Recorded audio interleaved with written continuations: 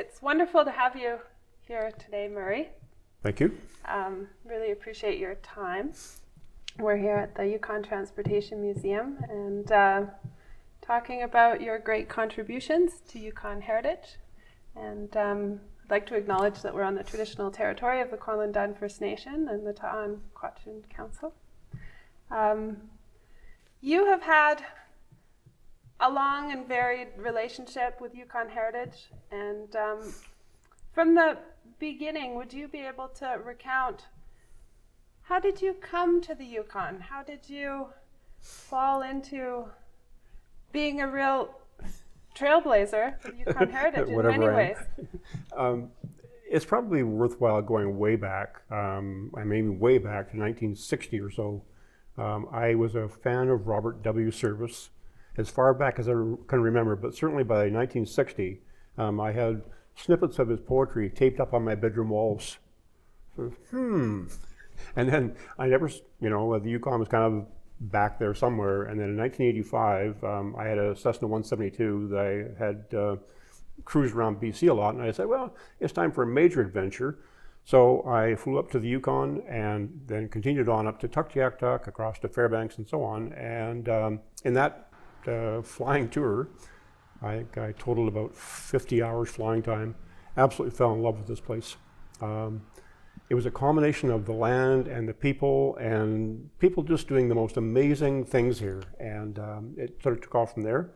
And then 5 years later, at that time I was driving a semi for Overweighty Foods in Vancouver. And I saw an ad in the Vancouver paper for a tour bus driver in Whitehorse.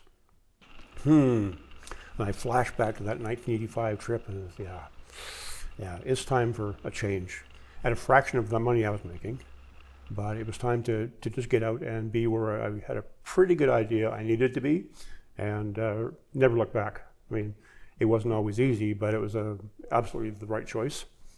So once I got here, I started driving tour bus for Atlas Tours, and all of a sudden I was not only a teacher of Yukon history as tour guide, I was also a student in a major way.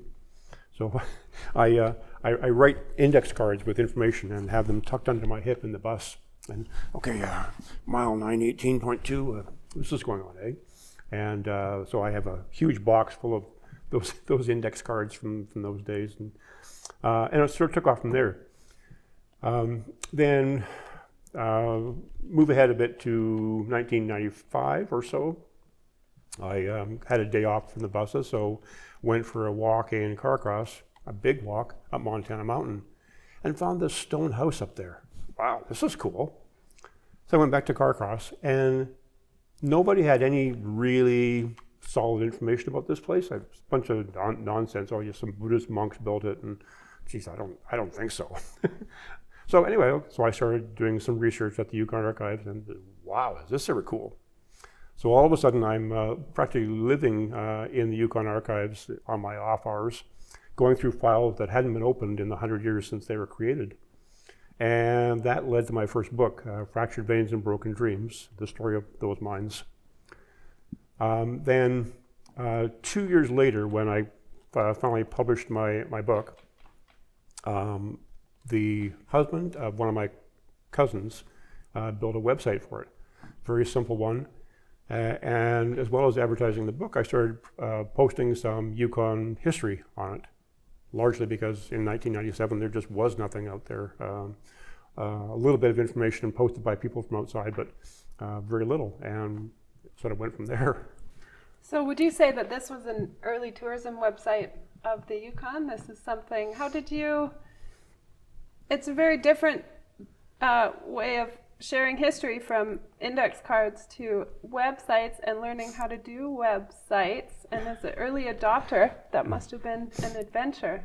It was quite amazing. And I mean, I'm not really a numbers kind of guy. I'm an artist by nature. And so when I saw this website, I said, that's pretty cool. How'd you do that? And so Fred explained HTML to me. I said, wow, this is cool. So I pulled up showed me how to pull up the source code for the website, and then I phoned my friend Amanda Graham and said, so what exactly is this HTML stuff? And that was the start of a whole new adventure. A man to explain HTML to me and show me how to build websites, and then I kept expanding on that knowledge and building more and more.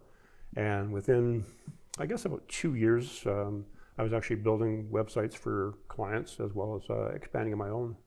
And then in 1999, there was a new company called the Mining Company, but they were not mining in the way the Yukoners know it, mining the internet for the gems of information. And they called me and said, "Are you interested in joining our company as the Yukon, Alaska expert?" Heck yes. What does it pay? Anything to add on to the bus driver's wages. So I joined the mining company, and within a short while that became about.com, which is much more well known, and then it really exploded from there. But then in 2001, the demands that they were making weren't worth it anymore, so I broke away from about.com and moved everything onto what's Explore North, which still exists. Mm-hmm. So I've got about 7,000 pages of information on Explore North now, and it's I've scaled it back a lot. Only 7,000 pages now, but it used to be the circumpolar north, and now it's only Yukon, Alaska, northern BC, and western Northwest Territories. Wow, and it's just one of your websites. That's just one of them. Yeah. That's the big one, but yeah. My current day adventures, which is often history related, is the explorenorthblog.com. Mm-hmm. But I also have railsnorth.com, which is primarily white pass material. And I don't even know what else I've got. Well, one thing I know is that you created this little Facebook page called Yukon History and Abandoned Places. Maybe you could talk a little bit about that. Again, filling a niche that hadn't been done yet. There was niche Facebook groups for Dawson, I think Faro, and anyway, whatever. There was some niche groups, but there was no group for Yukon history in a big way. So going back 2015, I started Yukon History, and then later changed it for marketing reasons to Yukon History and Abandoned Places, because abandoned places are very cool. Sure. And it's staggered along, with I think 300-400 members for a long time, and then all of a sudden, that have been about 2018. All of a sudden it exploded, and I still don't know why. So as of today, we have 17,500 members, and the amount of information that's shared on that group is incredible. Photographs and stories, and you name it. I have to say, in my job, it's invaluable. That's great. That's what I like to hear. Yeah, no, it's a real benefit, I think, to Yukon history, and a very interesting way for people to share their stories. Yeah, and one of the cool things about it is that collective memory is a really useful thing for archival purposes as well, because people's memories are fallible, to say the least. And once you put something down on the YHAP group, it's, oh no, that's not how it happened. And you very quickly come to a consensus of what actually happened. And sometimes it's far different than what was originally posted. So it's great to have that kind of a peer-reviewed material as well. Kind of triangulating facts. Yeah, exactly. Like that. Yeah, but it's been, for a long time, it literally took over my life. That's what I did. Mm-hmm. That's backed off for reasons we'll talk about, but it's still a great resource, and my fear is always that Facebook will shut down, and that will all vanish, because there's no way to archive this stuff. Mm-hmm. It's a real so vulnerability. Fingers crossed that it'll be there forever. Mm-hmm. And I've actually I've made arrangements in the last little while to make sure that my website network never goes away. That is a legacy project now. Mm-hmm. So my daughter will be taking that over, and then McBride Museum will take it over if she loses interest. Mm-hmm. Yeah, because there's such an incredible amount of work on there. Yeah, it's great. Mm-hmm. Thank you for all of that, Murray. My pleasure, always. Yeah. Do you want to talk a little bit about what's going on with you right now? This all ties in together. 3 years ago, I was on a wilderness hike in the White Pass and fell and suffered a brain injury and ended up in the spinal injury unit in Vancouver. And About a year ago, that triggered dementia, and I'm getting progressively worse now. So I'm at a point now where I can only read or write about 4 paragraphs, and then everything just falls apart. And my memory has been decimated. So much of what I used to do, I can no longer do. Even like I used to, drive commercially for most of my life, and driving for 2 hours now is absolute max. I can't handle the noise of driving. I can't handle the noise of restaurants, and on it goes. So it's a major change in life, which is why I'm getting ready for what is pretty clear what's going to happen. So the McBride Museum will be getting most of my research material, and Yukon Transportation Museum will be getting a lot of the books and probably some files as well. So everything is, I'm trying to make sure that everything that I've done, tens of thousands of hours worth of work, is going to be saved in some form. Mm-hmm. And yeah, beyond that, who knows where I'm going. No. Well, you have quite a legacy. I think having a legacy project like this is incredibly gratifying to be able to do this. Mm-hmm. So yeah, I'm pretty pleased with the way it's gone. Yeah. Well, thank you for all you've done, Murray, and all you're doing right now. Thank you. It's wonderful to spend time with you over the years. You're just such a fun guy. Thank you. It's when I was living online, I got involved as the Yukon, Alaska resource person for a lot of things. I was very vocal on places like TripAdvisor, Cruise Critic for Alaska Cruises, and so on.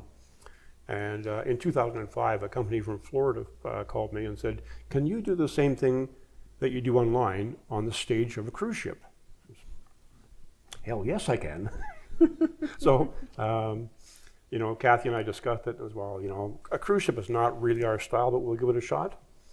And about halfway up the gangplank with it, this could work, So I've now been on 13 Alaska cruises as either the destination speaker or the ship naturalist, and it's fabulous. I can't do it anymore, obviously, but it was a great adventure. Yeah, it's great to be able to, when you're working on the ship, you're sort of on ship 24/7, and you'd be walking down the aisle or having dinner, whatever, and get all kinds of questions about Alaska in particular, obviously, but Yukon as well. Mm. And I love being able to engage people like that, to say, well, yeah, this is what went on, and don't listen to him because that's silly, and no, you're not allowed to shoot people for stepping on their claim and this kind of thing. Mm. The stories that come out here are pretty incredible. Well, I think we've both found that the real stories are actually much stranger and more interesting than anything that anybody could ever make up. I certainly think so, yeah. I mean, truth is stranger than fiction when you come to Yukon and Alaska. Mm. Yeah. There's just no reason to create fiction here. The truth is so interesting. And one of the advantages on the Yukon, too, is that so much of it hasn't been touched yet. The e-bike ride I was on last week on the Ibex River Trail, nobody knows about that place. Nobody knows the history of it, and yet it's fascinating. Mm-hmm. So it just never ends.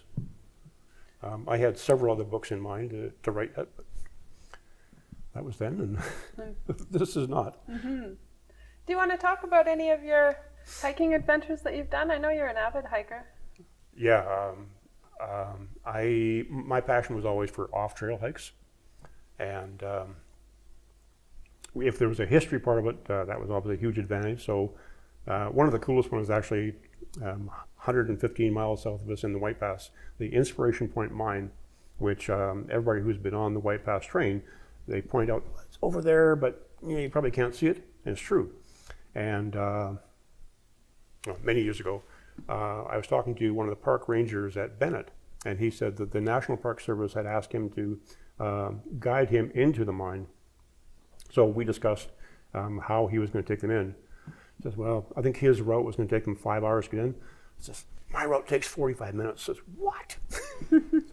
So he passed the National Park Service on to me. And we were all set to go in there and have a good survey of the mine site until I mentioned that there was a bunch of weeping dynamite there, and that ended that. Mm. They don't have quite this sense of adventure that I do. But the Inspiration Point mine is one of the coolest ones because it literally looks like they walked away a few years ago, going out for lunch or something, and intended to come back and never did. But everything, right down to canteens and small tools, are still there. Wasn't that one that closed because of World War One? Wasn't that? That's right. Yeah. Oh, they walked away. Yeah. But they had an aerial tramway from the mine to the railway, and amazing place to get into. And I've sent people, or told people how to get in there, and 2 or 3 people, all the 2 or 3 people who tried to get in said, no, we're not going in there. Like it's a crazy place to get into. Yeah, well, you like to do those kind of things. Exactly, I know that you've been into the vault as well. Yeah, the vault, Yeah, which is too scary for me. Yeah. The vault is certainly one of the crazier ones. The vault is a silver mine in Pooley Canyon, just to clarify that, and it's very well named because it took me 7 years to find a way into it, and I finally found a photograph from the University of Toronto that pointed out an old trail, and okay, I think I can lay that onto a current photograph, and that's how I found my way into it. But and now it's not often hiked into, but a few people get into it each year. Yeah. Or less than that, maybe. Yeah. Yeah. Very few anyway. Yeah. Most people say, they get to a certain point and says, I don't think so. Which is, okay, I'm in. As soon as I hear that, okay, I'm in. I did that once. Yeah. I don't like the looks of that. Yeah. Is there anything else that you'd like to add? I don't, not off the top of my head, no. I was hoping that, I guess we didn't do the delays we were supposed to do, but make the editing tougher. Yeah, well, I'd really like to thank you for this, Murray, and I appreciate your time and your friendship, and the Yukon Historic and Museums Association certainly appreciates all your contributions to the heritage community. My pleasure. It's been, most people never get to find the place they belong, and I'm so lucky that I did, because that's where I am. The place I belong with the people I belong with. Perfect. That's beautiful. Thank you.